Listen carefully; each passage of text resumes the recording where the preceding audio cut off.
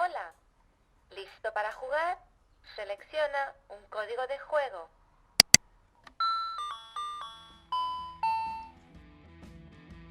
Hoy, en el cáncer, hablaremos del prototipo de niño del mercado, el pipila. Pero, como en cada programa, daremos el innecesario índice con el innecesario porqué del tema. Regresamos.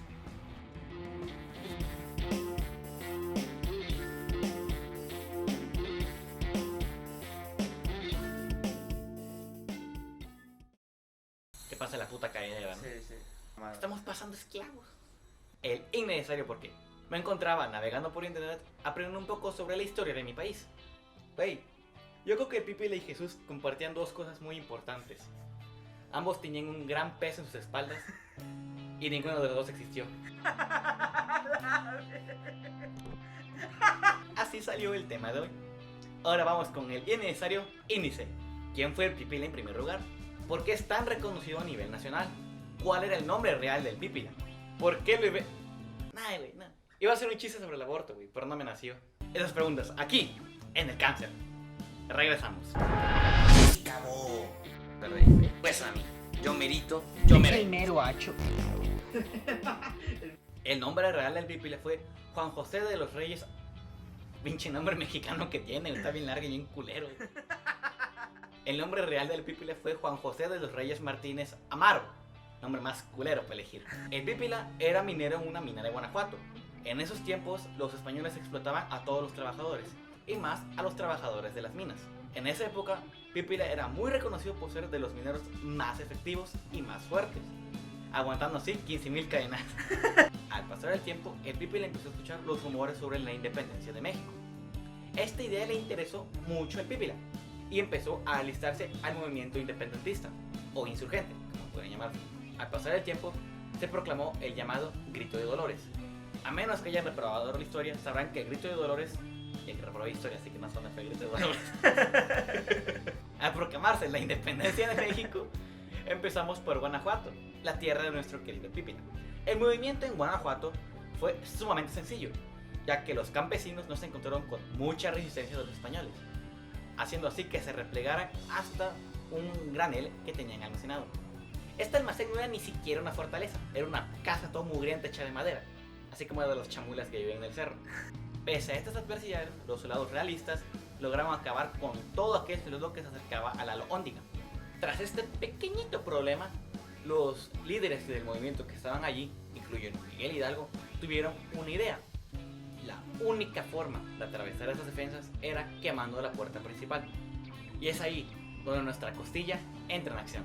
La única forma de entrar a ese almacén es quemando la puerta principal. Buena idea, patroncito. Hay que aventar aceite a la puerta y luego dispararle para que se queme. No. Esa es una idea muy estúpida. Ya sé. Hay que mandar de suicida a uno a la puerta y que ese lo queme. Pinches ideas mamalonas que tengo. Oiga, patroncito, pero... En primer lugar, es una idea muy absurda. Y segundo, ¿quién sido tan pendejo para querer aventarse a la muerte? ¡Espera! ¡Ven, güey! Te voy a dar tu tarjeta de Soriana. Te voy a dar tu Afore. Ven, güey. Te voy a dar tus veladoras. Por este el Pipila es famoso, porque gracias a él tuvimos victoria en la Alhóndiga de Granaditas. Sin su valeroso esfuerzo de agarrar una piedra más pesada que él, aventarse a la puerta a lo bestia y quemarla, no hubiéramos tenido una victoria. Ese es el mismo problema por el que se dice que el Pipila es un mero mito. Partamos de bases lógicas. En primer lugar, el Pipila agarró una losa. Vayamos primero con el tamaño de la losa.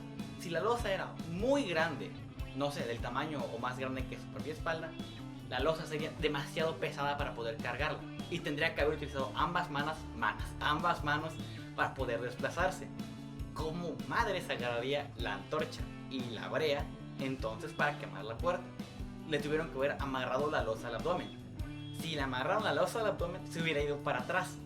Y si lo empujaron tantito para que se fuera a la puerta, se hubiera ido 2-5 y se hubiera muerto en el propio impacto. Ok. Ahora digamos que la losa no era tan grande, que era, no sé, del tamaño de su espalda. A menos que los soldados realistas sean Stormtroopers, que fallan todas las balas, No dudo que al menos un soldado realista, le hubiera dado en los cuadrantes de Valken, es decir, las nalgas. Una piedra muy pesada con un tiro en las nachas y una antorcha, ahí vale verga el pípila. Ahora partamos del problema número 2. Digamos que por algún azar del destino el pípila tuvo suficiente fuerza para agarrar una piedra que fácilmente pesaba 100 kilos. Se tuvo que esperar bastante tiempo para que la puerta entera ardiese. ¿Y por qué los soldados no utilizaron sus propias prendas para apagar el incendio desde adentro? ¿Cómo madres quemaron la puerta? He de decir que no estoy tomando en cuenta un factor en cuanto a la piedra o losa: el factor de la adrenalina.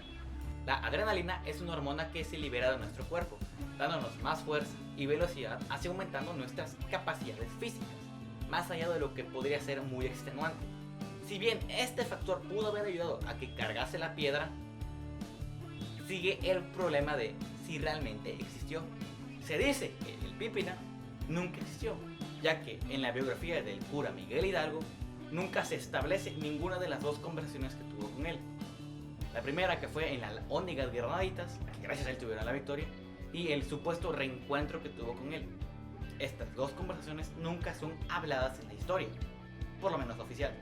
Si el pípila no es nada más que una leyenda, un mito para subir la moral a los soldados insurreccionistas, entonces ¿por qué hay un monumento en su honor en Guanajuato?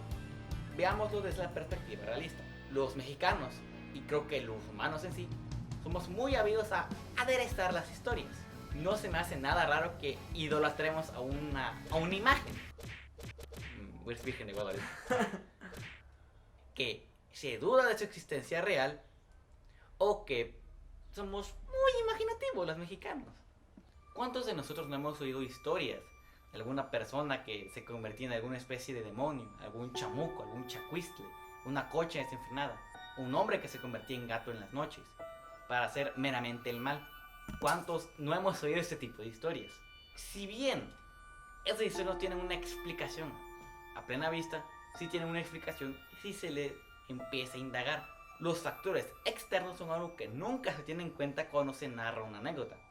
Cuando un abuelo te contaba que fue al cerro y escuchó una sirena, le gritó y lo persiguió, no toma en cuenta el siguiente factor: que, para empezar, hace mucho tiempo, al no haber tanta información a la mano, los humanos éramos muy imaginativos y bastante mentirosos. Aparte que el miedo es un factor fundamental a la hora de estar corriendo como niña. Este ligero factor, que aunque no se tome en cuenta, es muy importante a la hora de presenciar un momento. Debido a esto, se crean muchas historias y leyendas sobre cosas que no tienen sentido, y quedan como eso, meramente leyendas, que si bien son entretenidas, son mágicas, muy fantasiosas. Comparemos estos factores con el pípila. Una persona que cargó una losa de 100 kilos para solamente quemar una puerta y que los soldados insurreccionistas tuvieran una victoria, para así liberar a México y enaltecer a Guanajuato, se me hace una historia muy de cuento de hadas. La historia, con la presencia del pípila, dicta que los soldados insurreccionistas entraron a la Alhóndiga de Granaditas y acribillaron a todos los soldados realistas, dándole así la victoria. Ahora hablemos de la historia sin la presencia del pípila. La historia sin el pípila dicta que los soldados realistas intentaron rendirse. El líder de todos los realistas que habían ahí amarró una bandera blanca a su rifle, se subió hasta el balcón de la Alhóndiga y desde ahí empezó a ondear su rifle pidiendo piedad. Este pacto fue totalmente negado por los insurreccionistas, ya que al ver que nada más se asomó el soldado y empezó a ondear su rifle, lo vieron como un blanco fácil, matándolo al instante. Los soldados, al no tener ni siquiera un líder, al ver que la ley más importante de dejar vivos a los rehenes no se cumplió, no les quedó otra más que pelear por sus propias vidas. Si bien el enfrentamiento fue completamente injusto, muchas tropas, demasiadas tropas, un estado entero de Guanajuato, una ciudad entera, contra 20 soldados que estaban escondidos en un almacén de granos que no era una fortaleza, era una pelea injusta. Tarde o temprano los soldados insurreccionistas entrarían. Y fue lo que pasó. Los soldados insurreccionistas entraron y acribillaron a todos. En la Alhóndiga de Granaditas no solamente había soldados realistas, también había civiles que se estaban ocultando del problema. Mataron a tanto mujeres, hombres y niños se encontraron. Este suceso es más catalogado en la historia como un motín. Algo que deberíamos avergonzarnos, ¿no creen? Quiero decir, que nuestros soldados que pelearon por nuestra independencia mataron a civiles que intentaban esconderse y vivir, no es algo como que pase muy bien en los libros de historia. ¿Cómo hacer que este suceso trágico se vuelva heroico? Con la presencia de un héroe. ¿Y quién fue este héroe? El Pípila. Además de que geográficamente se dice que el cura Miguel Hidalgo nunca estuvo en Guanajuato, por lo menos no en la Alhóndiga de Granaditas, ya que estaba demasiado lejos. Por esos factores se dice que el Pípila nunca existió. O a lo mejor el Pípila sí existió, pero le pasó lo mismo que a Henry Tandy, que por un acto de valerosidad y querer hacer lo correcto terminó perjudicando a muchos. Henry Tandy es el soldado que le perdonó la vida a Hitler. Así que tenemos dos opciones en la historia del Pípila. La primera es que el Pípila, al igual que Dios, nunca existió o estaba mamadísimo. De hecho, la historia con el Pípila, que debo haberlo mencionado antes, dicta que los insurreccionistas acribillaron a los realistas, pero que los civiles que se ocultaban dentro de la Alhóndiga fueron los que los terminaron de matar. ¿Ven la pequeña contradicción? Por un lado, los insurreccionistas mataron a todos, incluyendo civiles, y por el otro, los civiles fueron los que mataron a sus captores. Hemos querido siempre adornar nuestras historias, dándoles ese toque de misticismo, ese toque patriótico. Esta historia sobre si el Pípila existió o no sigue estando en debate, pese a todos los factores que se han demostrado. Pero a fin de cuentas les toca a ustedes elegir si la existencia del Pípila es real o no. Mientras tanto, yo me despido. Eso ha sido todo por nuestra parte.